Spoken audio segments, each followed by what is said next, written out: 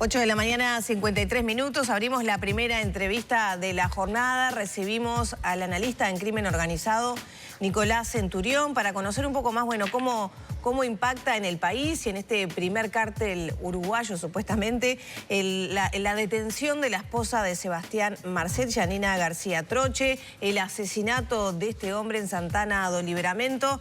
Para poner un poco de orden en estas fichas es que lo recibimos esta mañana. Bienvenido, Nicolás. Muchas gracias por la invitación. Bueno, mucho se habló de la noticia que dimos días pasados de esta detención de la esposa de Sebastián Marcet en el aeropuerto de Madrid, en el aeropuerto de Barajas.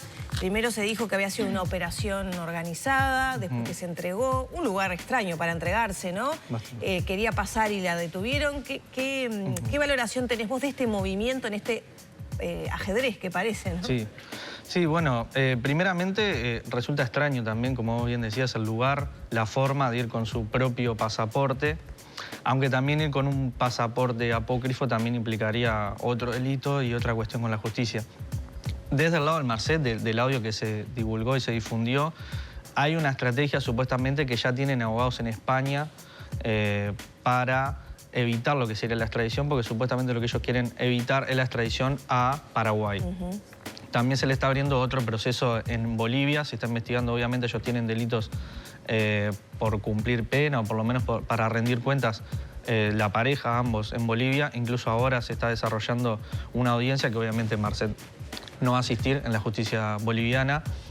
Supuestamente también lo que él plantea es que hay demasiada corrupción en Paraguay, que es cierto también, pero apunta sobre todo a la jueza y al fiscal que están llevando adelante todo el tema de Ultranza Pi, que la verdad están haciendo un trabajo muy encomiable.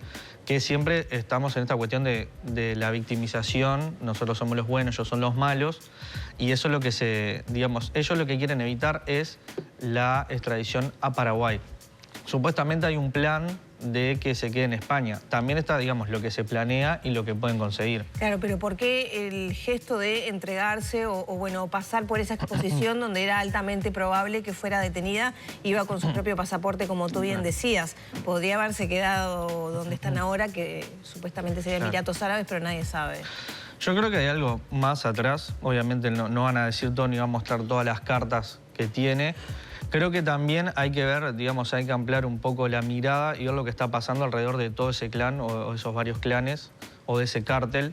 Porque, por ejemplo, Tío Rico Infran está incomunicado, Alberto Cugayala también está detenido, Federico Santoro Vasallo está extraditado en Estados Unidos.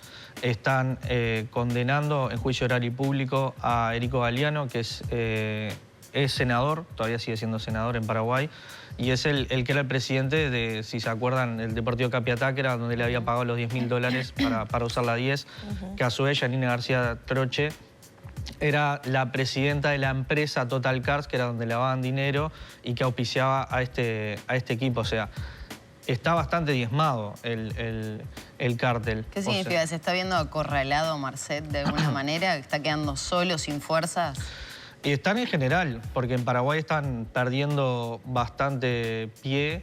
A su vez, por ejemplo, el otro día estuvo el operativo Dulzura, que si se dan cuenta, es como más o menos el mismo proceso de embarque y todas esas cuestiones, pero las autoridades, el ministro del Interior Riera de Paraguay dijo que no son ellos. O sea, esto es como a rey muerto, a rey puesto también. Y toda la logística que están llevando adelante está un poco diezmada esa estructura. Cartes también está siendo juzgado. Tienen los bienes congelados en Estados Unidos, como es la definición que decía sospechosamente corrupto en Estados Unidos, junto con otro vicepresidente. Entonces todo el esquema alrededor está muy complicado y no hay que olvidarse también que ellos también responden en parte o tienen muchos negocios con el PCC. Y el PCC muchas veces pone orden.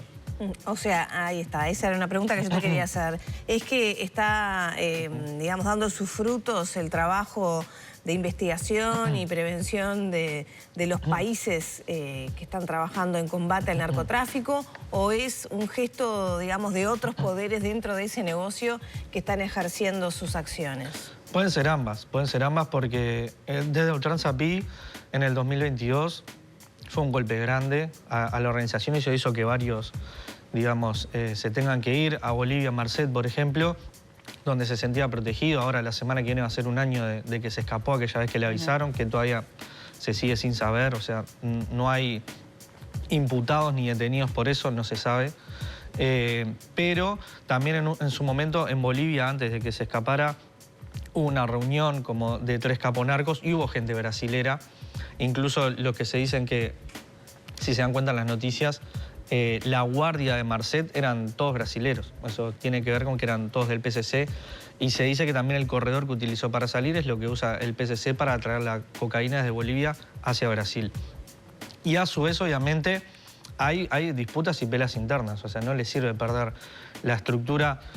Al PCC, por ejemplo, ha avanzado muchísimo en Paraguay y no le sirve. También se han visto noticias que ha avanzado mucho acá. O sea, ellos tienden a expandirse y tienen una estructura muy férrea y muy cerrada. Entonces, como en todos lados pasa que muchas veces es preferible tener una muerto, como pasó quizás con Loli Fontana, que había salido hace poco de la cárcel por un sicario, como vemos, de poca monta, porque no le arrancaba la moto, era bastante improvisado. Es mejor mantener en silencio a algunas personas o cerrar algunos cabos, que si tal persona era un tal testaferro o hacía tal cuestión, si está muerto ya no puede hablar, ya no puede declarar y ya no se le puede investigar determinadas cuestiones. Es un poco una buena investigación, pero también yo calculo que dentro de las organizaciones están apretando, como se dice coloquialmente. Ahora, hay muchas preguntas, ya vamos a ir con el asesinato y lo que representa para Marcet el asesinato de Rodrigo Loli Fontana. Respecto a la entrega de Yanina García Troche ahora, ¿qué pasa? ¿Qué es lo que puede provocar esto en el propio Marcet?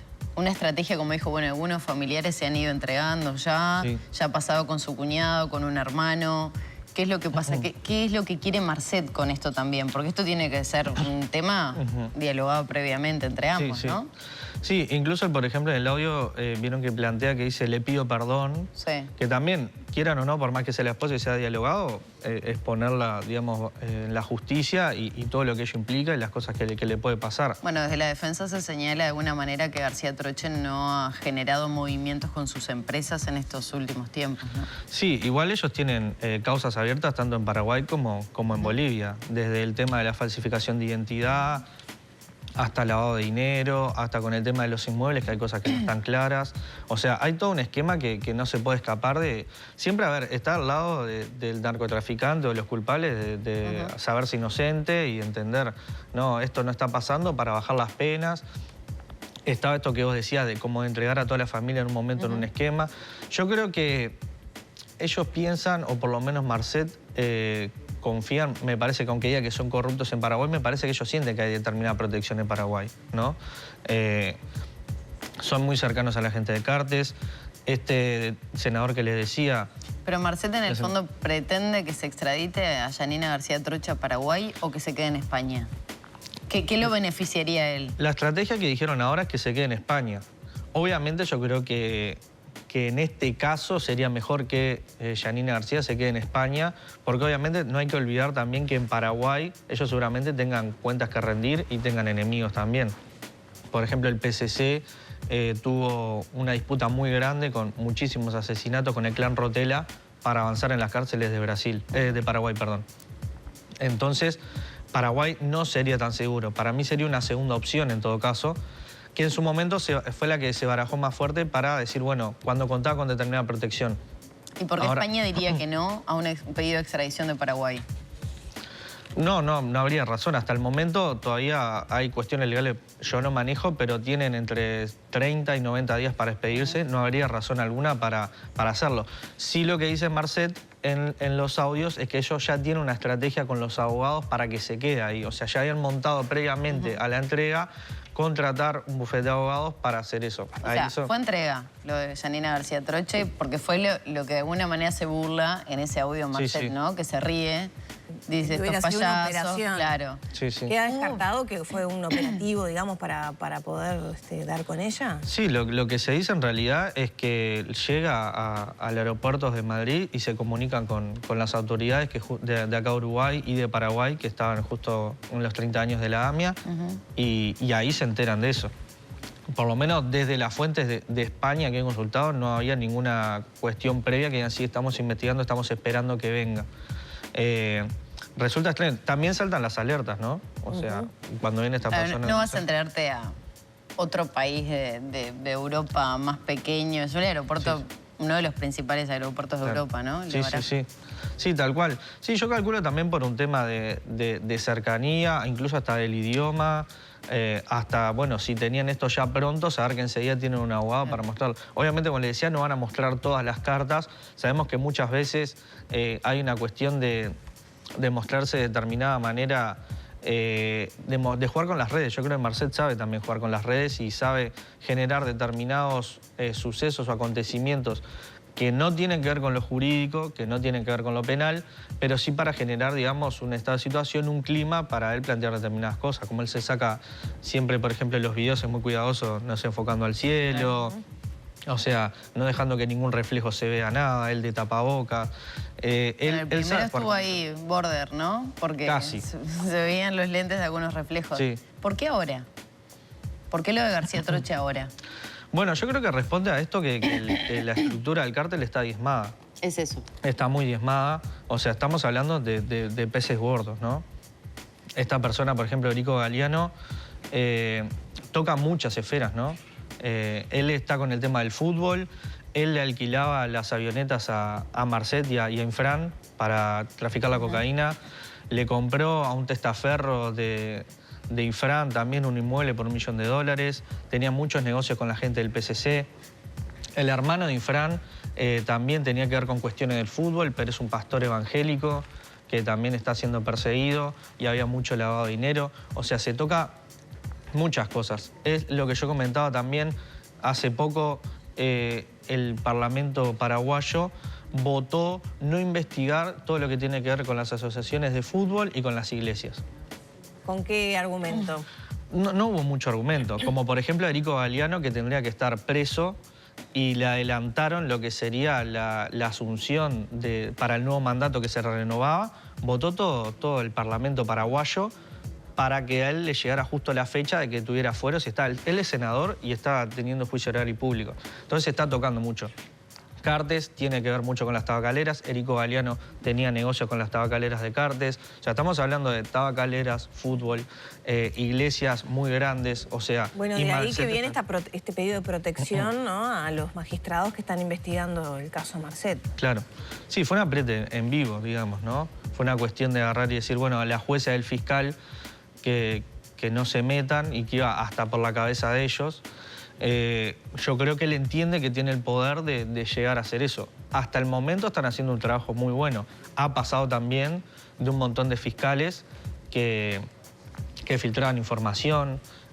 Por ejemplo, en la CENAD, que es la Secretaría Nacional de Antilavado de Paraguay, el propio titular, también muy cercano a Cartes, que ahora están peleados, pero era el que filtraba información, andaba en una camioneta de un narco, del PCC también. O sea, había mucha corrupción y la gente nueva que vino con Riera, por ahora lo que parece es que está haciendo un buen trabajo. Yo no pongo las manos en el fuego por nadie porque la corrupción, digamos, y el poder también del narco es muy grande.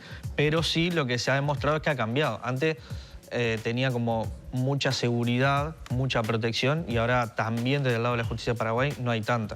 Ahora, Nicolás, con Marcet por el mundo, ¿no? Me hace acordar alguna historia en particular. Con su esposa detenida en Madrid, con Loli Fontana asesinado. ¿Qué pasa con el movimiento de la droga? ¿Quién está a cargo de la hidrovía? ¿Quién está a cargo de esos movimientos? Y Uruguay empieza a reforzar en materia de seguridad del puerto de alguna manera. Vos dabas cuenta también de otras situaciones que están generando mecanismos, bueno, de encender más alarmas más allá de lo que está pasando en Paraguay. ¿Cuál es el panorama de la ruta de la droga hoy en estas latitudes? Y el panorama sigue más o menos intacto. Por más que Marcet y su estructura esté un poco enflaquecida, la droga tiene que seguir circulando y tiene que pasar. Pasó en la... ¿Pero quién está a cargo de eso ahora? Ahora no sé. ¿El PCC?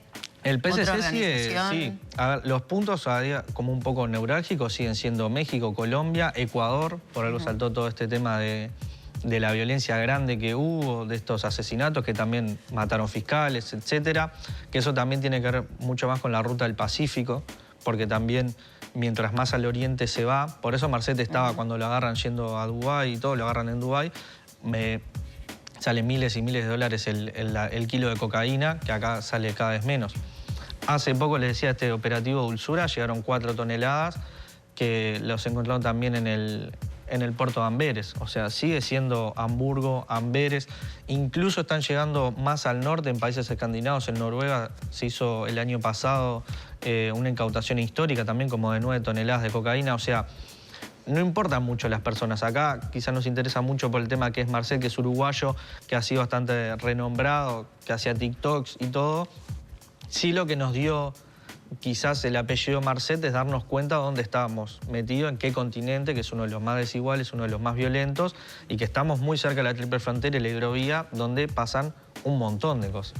Entonces, creo que el negocio tiene que seguir. Yo tengo la impresión de que cuando uno dice primer cártel uruguayo, son como suposiciones o aventurarse a decir eso. ¿Qué raíz tiene esto? ¿Qué vinculación tiene Marcet con este supuesto cártel? Bueno, había droga con el sello, ¿no? Pero... Exacto. Sí, eso es lo que llamó la atención en su momento, que había unos ladrillos que decían PSU, que era primer cártel uruguayo. En su momento yo había dicho que era como medio apresurado aventurarse a decir eso, pero después que empezó a ver la investigación se podría decir que sí, Marcet y su organización habrían montado un cártel porque tenían...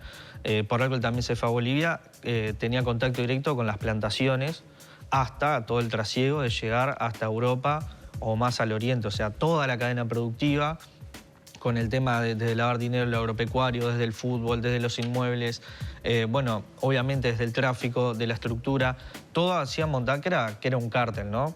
Obviamente no tan constituido porque en realidad Marcet viene a meterse a Paraguay en la estructura de los Infran que ya estaba y se va armando un poco esa estructura que por unos años tuvieron un buen momento, digamos. Pero no, generalmente la gente dice el primer cártel uruguayo piensa que está instalado acá. En realidad es toda la organización de Marcet, que sí igual hay vínculos que se ven en esos chats de que se reveló una ultranza, que se nombra a Loli Fontana en su momento, que se nombra a una mujer que también, no sé si se acuerdan, que la mandan, que le dan $500, que venía a reclamar por un hijo que murió. Eso tiene que ver todo con gente de Uruguay. En un momento le avisan a Infran, por ejemplo, mirá que tengo pronta la gente en Uruguay, avísame si lo mando o no lo mando. Que ahí todavía siguen habiendo huecos que acá no se están investigando. Nicolás, recién mencionabas la situación de Dubái. ¿Por qué Emiratos Árabes Unidos? ¿Por qué irse hasta allá? Porque también hay un pedido, ¿no?, de información de los hijos para que se pudieran inscribir en la educación allá. ¿Por qué se elige ese lugar? Porque uno tiende a pensar que son lugares que es muy difícil, que ingrese la droga, las penas. Sí. Bueno, sí. sin embargo, recordamos lo que pasó con Marcet y su documentación apócrifa y que después salió. ¿Pero qué pasa realmente? Sí, si te agarran es complicado, pero también, por ejemplo, el momento desliza cómo llegó también García Troche hacia Dubái. Como les decía, mientras más al oriente llegás, la droga sale más cara y es mucho más redituable y mucha más ganancia.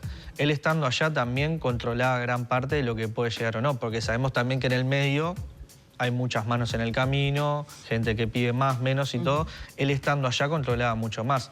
En su momento también se barajó que él estuviese en África, que también en África es otro lugar por donde llega, que después va hacia Europa o que incluso también puede llegar a Medio Oriente. Porque ese lugar también es un lugar que ha proliferado mucho de llegar y poner empresas, ¿no? De que no se requiere mucho papeleo, mucha cuestión. Si uno pone la plata y pone tengo tal empresa o vengo a facturar acá, entonces para este tipo de narcotraficantes y todo es muy fácil poder hacerlo. Y también es una vida de lujo, ¿no? Yo creo que tampoco hay que descartar determinada parte humana que diga, no sé, quiero vivir en Dubái, en el lujo.